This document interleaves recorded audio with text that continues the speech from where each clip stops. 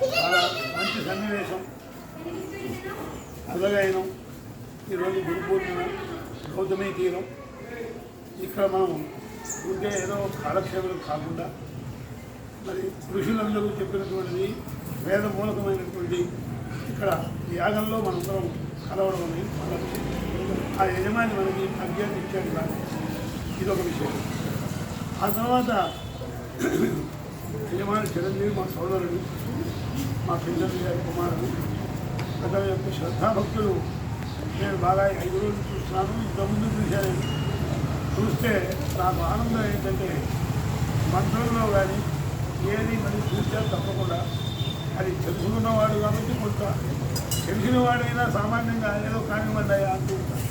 అలా కానివ్వకుండా శ్రద్ధాభక్తిగా యాగం చేయడం అనేది ఇది ఏదో వారికి పుణ్యం కాదు, లోకానికి పుణ్యం. ఇటువంటి యజ్ఞం వల్ల అన్నాద్భవతి భూతాన్ని పర్జన్యాదన్న సంభవ, యజ్ఞాద్భవతి పర్జన్యా యజ్ఞకర్మ సంభవ.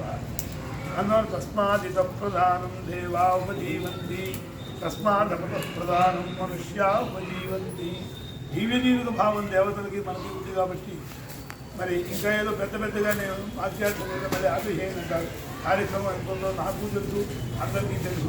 అవతల వాతావరణం ఎలా ఉంటుందో అది మనకు చెప్పలేదు.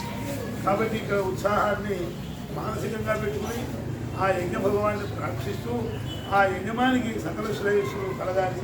యజమాని యొక్క ఉత్సాహాలు మరి దక్షిణ ఇవ్వడం అంటే ఇందాక అనుకున్నాను, మాధ్యం నిదేశమనే దక్షిణానీయంతే చెప్పారు.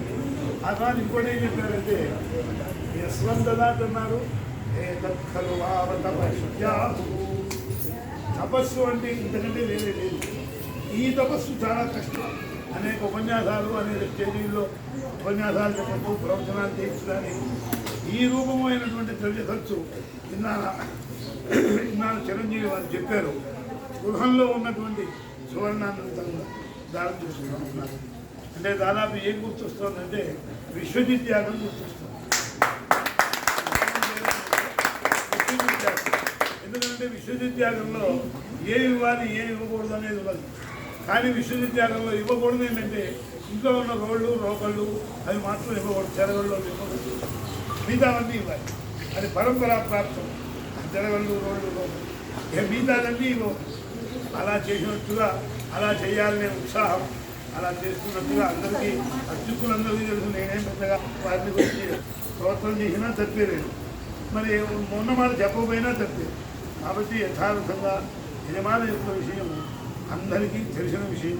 ఆ ఉత్సాహం వేదంలో ఏం చెప్పింది అనేది. కాబట్టి ఆ స్పందదాతి అనేది స్వశబ్దానికి ధనవంతం. అటువంటి ధనాన్ని ఆ తపోరూపకంగా ఆయన ఖర్చు పెట్టినారు. ఇది సామాన్యంగా నాబోటి వాళ్ళ అయ్యే పని కాదని నేను మరి మనస్సులో కించపడుకుంటూ మా చిరంజీవి చేసే పని గొప్ప మంది మీరే కాదు, మళ్ళీ ఉత్తరోత్తరం మా అబ్బాయి ఆయన బౌండరీకి సంకల్పం చేస్తారు. కాబట్టి మా కుటుంబంలో అందరూ కూడా పెద్దల అనుగ్రహంతో మా తాతగారు ముత్తాతగారి పరంపర మా మధ్య ఏదో తెలిసిన. కాబట్టి వేదములు మాకు విచ్చిత్తు కాకుండా ఈ పరంపర ఆచంద్రార్కం వంశాభివృద్ధిగా అందరూ నిత్యాగ్రహోత్తరై వేదములతో ఉండేట్టుగా